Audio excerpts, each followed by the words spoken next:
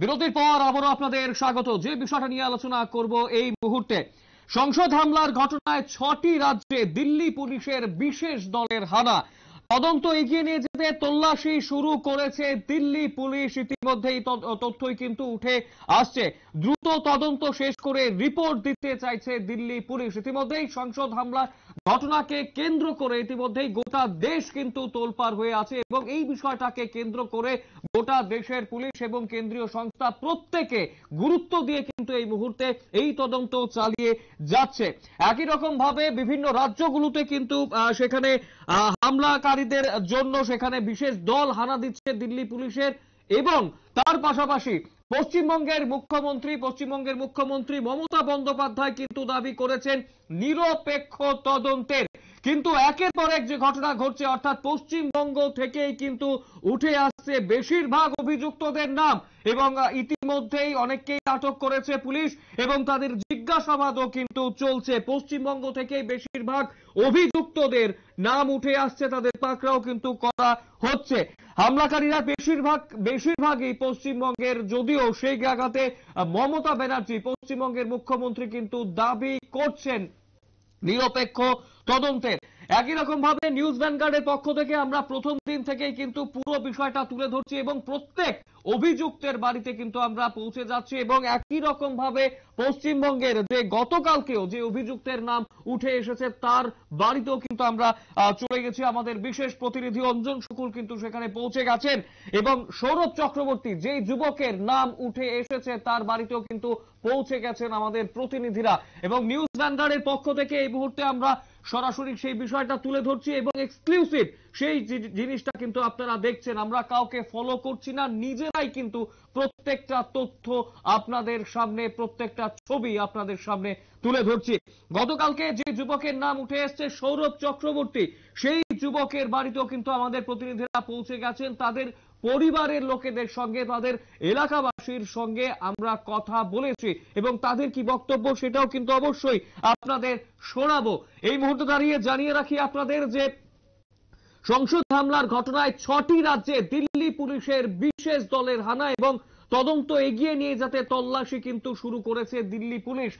একই রকম ভাবে পশ্চিমবঙ্গেও তল্লাশি কিন্তু চলছে, যদিও পশ্চিমবঙ্গের মুখ্যমন্ত্রী মমতা ব্যানার্জি দাবি করছেন যে নিরপেক্ষ তদন্ত যাতে হয়। কিন্তু ঘটনার পরিপ্রেক্ষিতে দেখা যাচ্ছে পশ্চিমবঙ্গ থেকেই বেশিরভাগ অভিযুক্তদের নাম উঠে আসছে, অর্থাৎ পশ্চিমবঙ্গে যে কানেকশন, সেই কানেকশন কিন্তু একের পর এক উঠে আসছে। গতকালকেও আরো এক যুবক সৌরভ চক্রবর্তীর নাম উঠে এসেছে। সেই যুবকের বাড়ি জানা যাচ্ছে পশ্চিমবঙ্গে এবং তার বাড়িতেও কিন্তু আমাদের প্রতিনিধিরা পৌঁছে গেছেন। নিউজ ভ্যানগার্ডের বিশেষ প্রতিনিধি অঞ্জন শুকুল পৌঁছে গেছেন সেখানে এবং এই বিষয়টাকে কেন্দ্র করে কথা বলেছেন তার পরিবারের লোকেদের সঙ্গে এবং এলাকাবাসীর সঙ্গে।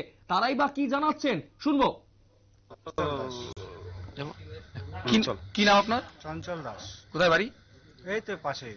হ্যাঁ, এরকম একটা ঘটনা ঘটেছে, কি জানেন বিষয়টা? না, এরকম কোনো সেরকম ওর ব্যাপার কোনোদিন শুনিও নি। এমনি ছেলে ভালো, যে সমস্ত কোনো ইয়ে নেই। কি কাজ করে? না, এমনি ছেলে এমনি খুবই। হ্যাঁ, কি কাজকর্ম করে? কি কাজ করে বলতে ও তো বাইরে বেশিরভাগ থাকে, বিদেশে কাজ করে শুনেছি। বাড়িতে মাসে মাসে আসে, হয়তো 6 মাস 9 মাসে একবার আসে, আবার চলে যায়। এমনি ভালো ছেলে। আচ্ছা, এই ঘটনাটা যে নাম এসে কি মনে করছেন, এটা কি বলবেন? না, এরকম হতেই পারে না, এরকম ব্যাপার কিছু, এরকম কিছু। আচ্ছা, ঠিক আছে, খুব ভালোই ছেলে। ওর পরিবারে কয়জন রয়েছে? পরিবারে ওরা মনে হয় 4 জন। বিয়ে করেছে? 4 জন, হ্যাঁ, বিয়ে, বউ আছে, ওর 2টো মেয়ে আছে। এমনি ভালো ছেলে। কি নাম আপনার? চঞ্চল দাস। আপনি কি প্রতিবেশী? তো প্রতিবেশী। পাড়ার সব রকম কাজেই সহযোগিতা করতো। এবার শিক্ষাক্ষেত্রে কতটা মেধাবী সেটা আমি জানি না, তবে পাড়ার সমস্ত কিছুতে এগিয়ে আসতো, বিশেষ করে যেগুলো পজিটিভ, যে কোনো কাজ, যে কোনো সবকিছুতে এগিয়ে আসতো। কিন্তু ও যেটা বলছে সামাজিক অবক্ষয় নিয়ে একটা সংগঠন করবা, বা এই ব্যাপারে আমার মানে আপনাদের সাথে কোনো আলোচনা কোনো না, বা কোনো সংগঠন না না না, এই ধরনের কোনো কিছুর সাথে কোনো না, আমি এই ব্যাপারে জানিই না কিছু। আপনার নাম? আমার নাম বিশ্বজিৎ দাস। যোগাযোগ বা সম্পর্কের কথা একটা যেটা উঠে আসছে, কিছু আগে আপনাদের জানা ছিল এরকম? আমার অন্তত বা আমার না, আমাদের বাড়ির কারুরই কিছু জানা নেই। কারণ উনি খুব ভালো ছেলে, ওর সঙ্গে যেটুকু আমার আলাপ আছে বা আলাপ অর্থে দাদা, আমি ওর দাদা, যেটুকু কথাবার্তা হয় তা থেকেও আমার চেয়ে লেখাপড়ায়ও এমনি খুব ভালো, চিরকালই ভালো ছেলে এবং আমার চেয়ে অনেক। আপনারা শুনলেন এলাকাবাসী এবং পরিবারের লোকেদের বক্তব্য। অনেকে কিন্তু বিশ্বাসই করতে পারছেন না যে স্বরূপ চক্রবর্তী সবের সঙ্গে জড়িত থাকতে পারেন। তবে এই গোটা ঘটনাকে কেন্দ্র করে আপনারা শুনলেন এই মুহূর্তে দাঁড়িয়ে এলাকাবাসী এবং যারা পরিবারের লোকেরা রয়েছেন তাদের বক্তব্য। আমাদের বিশেষ প্রতিনিধি অঞ্জন শুকুল কিন্তু সেখানে গেছেন এবং পরিবারের লোক এবং এলাকাবাসীর যে বক্তব্য সেটা আপনারা শুনলেন। একই রকম ভাবে রানাঘাটের যিনি বিজেপির সাংসদ রয়েছেন জগন্নাথ সরকার, তিনি কিন্তু আরো এক বিস্ফোরক দাবি করেছেন। কেউই আইনের ঊর্ধ্বে নয়, একই রকম ভাবে রাহুল গান্ধীও জড়িত থাকতে পারেন এসবের মধ্যে। এই বিস্ফোরক কথা কিন্তু তিনি বলেছেন। কি বলছেন রানাঘাটের বিজেপি সাংসদ জগন্নাথ সরকার, শুনবো। দেখা উচিত ভিডিওটা, অনেক সময় কোন সোর্সে আমার নাম্বারটা অনেকের কাছে থাকলো, সে আমাকে পাঠিয়ে দিল, আমি দেখতাম একটা গুরুত্বপূর্ণ কিছু ঘটেছে, না বুঝে হয়তো আমি ওটাকে শেয়ার করে দিতে পারি। আসলে তাকে খতিয়ে দেখা উচিত। এই কারণে খতিয়ে দেখা উচিত, বাংলা যত জঙ্গি কার্যকলাপের উৎস, আমরা পাঞ্জাবের শিখ জঙ্গিদের ধরা পড়ে কোথায়? কলকাতা, নিরাপদ স্থান। আজকে উগ্র মার্ক্সবাদী জঙ্গি জোট এখানে ঘটেছিল এবং তৃণমূল। আপনারা শুনলেন রানাঘাটের বিজেপি সাংসদ জগন্নাথ সরকার কি বলেছেন এই বিষয়টাকে কেন্দ্র করে। আমরা কথা বলে নেব পশ্চিমবঙ্গ থেকে। এই মুহূর্তে আমাদের সঙ্গে টেলিফোন লাইনে রয়েছেন অঞ্জন শুকুল, বিশিষ্ট সাংবাদিক অঞ্জন শুকুল রয়েছেন আমাদের সঙ্গে। অঞ্জন বাবু, আপনাকে স্বাগত নিউজ ভ্যানগার্ডের লাইভ অনুষ্ঠানে। অঞ্জন বাবু, যেটা জানার চেষ্টা করব, এই যে গতকালকে যে যুবকের নাম উঠে এলো সৌরভ চক্রবর্তী, এবং এই মুহূর্তে দাঁড়িয়ে পশ্চিমবঙ্গ পুলিশের কি ভূমিকা রয়েছে এবং কি কি জানতে পেরেছেন আপনি গোটা বিষয়টাকে কেন্দ্র করে? দেখুন, দিল্লিতে সংসদ ভবন কাণ্ডে এবার নাম জড়ালো নদিয়ার দিননগরের এক যুবকের। সেই এক্সক্লুসিভ ছবি আমাদের টিভি পর্দায় আমরা তুলে ধরছি।